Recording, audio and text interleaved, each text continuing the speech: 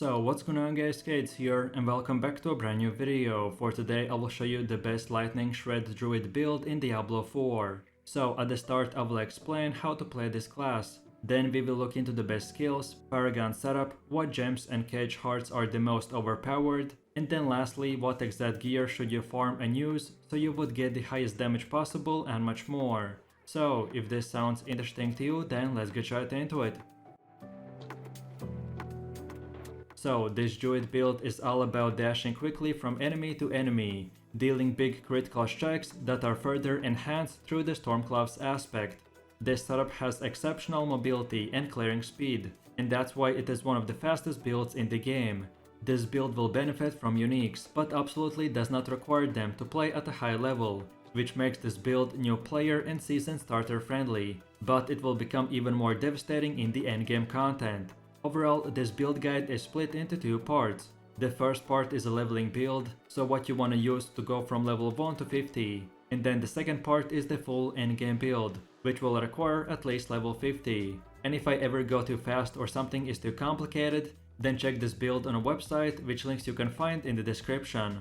So with that said, let's move over to the leveling build. To start off, from getting to level 3, we have to put 2 points into these two nodes. Then from level 4 to 7 we spend 4 more points in here, then from level 8 to 15 we will get 8 points, which we wanna use by getting all of these nodes. Then from level 16 to 28 we will get 12 skills, which we should spend by unlocking and upgrading all of these nodes. Then from level 29 to 35 you will get 6 more points that you should spend on these other nodes. And then lastly from level 32 to 49 we will get 17 points, which we wanna spend on the specific nodes. And by the way, as I said, if I went too fast, then feel free to check out the video description where you can see this build on a website. And then finally, don't forget about your renown, which after you gather all the renown in the game, you will get 10 extra skill points. I recommend to spend them towards your leveling progression that I just explained a second ago. And then in the endgame build, I will show you where you want to spend your 10 leftover skill points. So then let's move over to the Druid special class bonus called the Spirits. And the Druid Spirits allows you to select a total of 5 categories, from 4 spirits that act as a passive buff to your character. So for your first 25 spirit offerings, I recommend to activate on the Wolf Spirit, the Pack Leader. Then when you collect 25 more spirit offerings, then activate it on the Eagle Spirit, the Sight and Talons. Then afterwards, save up to 100 more spirits, and this time spend them on the Snake Spirit, and activate the Masochist. Then pick up 75 more spirits, and unlock on the Deer Spirit the Wariness. And then lastly, collect your last 175 spirit offerings to unlock the remaining categories and bond with the Eagle Spirit and activate the swooping attack.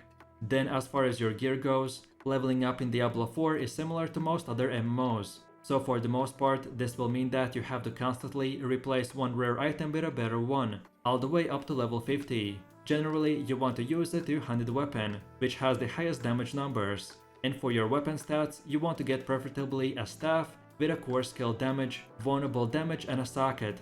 Then as for your clothes, the armor pieces typically grant us defensive and utility stats, except gloves which will offer us offense. So for your helmet, try to get the Poison Creeper's ranks, life, cooldown reduction and willpower. Then for chest armor, get the damage reduction, life, willpower and armor. Then for gloves, get the shred ranks, critical strike chance and attack speed. Then for pants, get damage reduction, life, willpower and armor. Then for boots, get the movement speed, spirit cost reduction and willpower. Then for your jewelry, specifically for your amulet, get the movement speed, spirit cost reduction, companion skill ranks and damage increase. And then finally for both of your rings, get critical strike chance, damage to closed enemies and life. And don't forget to not upgrade armor or jewelry while leveling. Only socket armor with rubies, jewelry with skulls, weapons with sapphires, and then save the rest of your upgrades for your level 50 build. And as far as your gameplay loop goes, I don't want to go super in depth as skills and abilities will change after you get to level 50, but overall for your leveling build I recommend to just enjoy each skill and get used to the druid gameplay. So Shred, Storm Strike and Poison Creep are your main damage skills, then Blood Howl and Debilitating Roar are your main defensive skills. So use them when you take a lot of damage or just to protect yourself. And then lastly use Trample, mainly as a movement skill or if you ever need a bit more extra damage, and that's about it. While leveling, just enjoy the class, get used to your skills in no particular order, and get used to farming because you will be doing that a lot in the endgame. So now let's move over to the second part, where I will show you your endgame druid build and how it will look like. So by this point you should be familiar with the lightning shred playstyle, then what gear stats you should look out for and etc. So as I did the most explaining at the start, so right now I will just show you the best setup that you wanna use. I personally tested multiple setups and this one was the best one. So first of all, for your skills we wanna use the Shred, Grizzly Rage, Hurricane, Blood Howl, Storm Strike and Cyclone Armor. And for your special bonus spirits, like we discussed in the leveling build guide, get the Weariness, Sight Talents, Swooping Attack, Calamity and Masochistic. As for your gear, we already discussed what stats to look out for, but if you're purely looking for the best of the best gear, then here it is. So we want to get the Tempest Roar helmet, then for your chest armor, get the Vigorous Primal breastplate, then for gloves, get the Primal gauntlets of the Rampaging Beast, then for the pants, get the Primal Causes of the Disobedience, then for boots, get the Stormshifter's Primal Savatan, then for the amulet, equip the Stormclaws necklace, then for the first ring, get the Dire Wolf's ban, then for the second ring, get the Band of Retaliation, then for your weapon, get the Edgemaster's Octopan Edge, and for your offhand, get the Accelerating Ancient Effigy. Then for your gems, socket in weapons with emeralds and armor pieces with rubies. Then for your first heart, get the Cage Heart of the Barber. And because the enemy groups have low HP, so this will cause them to instantly explode. And this damage increase from the heart is just way too overpowered not to use. Then for the second heart, get the Cage Heart of the Revenge. Because getting free 20% damage reduction is again very OP as well, and this is the best in slot heart for the Druid class. And then lastly, get the Cage Heart of the Prudent Heart, because when you pull massive amounts of mob groups you can sometimes get one-shotted, especially if you play on the hardcore mode. So getting the protection of this heart while using the Barber at the same time, we will be able to farm a lot of mob groups very quickly, and without taking almost any significant damage whatsoever. Then with that said, moving forwards, and this is how your skill tree will look like. If you just came from the leveling build, then this is very similar. So again, just copy these exact upgrades in no particular order. And again, remember that by gathering all the renown in the game, you will get 10 extra skill points. And then finally, we have the paragon system. At first, it might seem overwhelming, but if you're like me, who's played all the previous Diablo games, then this is quite self-explanatory. So starting off, this is how your first 25 points should be spent. So we use the starting board and for our glyph select exploit. Then this is how it will look like at around 64 points. So we get the Lust of Carnage board, and for the glyph select Werewolf.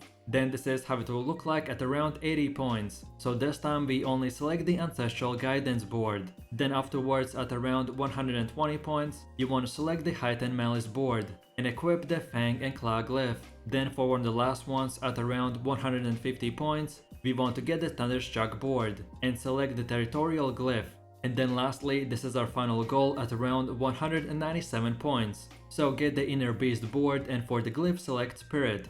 So with all of this said, let's take a closer look at each skill and the gameplay loop. So first of all, at the beginning of the fight we want to activate the Blood Howl or Cyclone Armor skills. Then afterwards we want to spam the Shred skill. I would recommend to try to target distant and closed enemies, so your dash and hit skills would connect between all enemies. And this will enable us to fly between mob groups and do massive amounts of AoE damage. Then during the fight as well, rotate between using the Blood Howl and Cyclone Armor to keep the Vigilance passive up. Then before engaging into the big monster groups, use the Hurricane skill, and then lastly for any additional spirit or for damage reduction if needed, use the Storm Strike, and that's about it. At the start of the rotation, we want to use the Blood Howl and Cyclone Armor, because they will make us stronger, and activate the Vigilance passive, which will give us plus 5% extra damage. Then from here we spam our main damage skill called the Shred, and this skill will transform us into a werewolf that does massive amounts of damage in 3 attacks. Each attack will increase its damage even more. And by the way, we want to keep on using the Blood Howl or Cyclone Armor every 6 seconds, so we will get the plus 5% extra damage 24/7.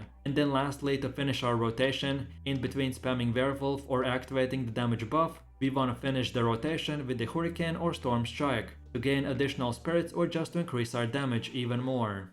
So then in my final summary, the Lightning Shred Druid build is easily one of the fastest builds in the game, because you will be able to fly around the battlefield by dashing from one enemy pack to the next one. We are using the Stormcloud's aspect because this will provide us with the lightning damage, which will make this build do insane amount of DPS numbers. And then lastly, you can just use the Bloodhouse skill as well just to recover from large enemy damage, without doing anything else. This build for sure is one of the best speed farming builds in the game, because it can also push nightmare dungeons very easily. So what are you waiting for? Try this build out and have fun!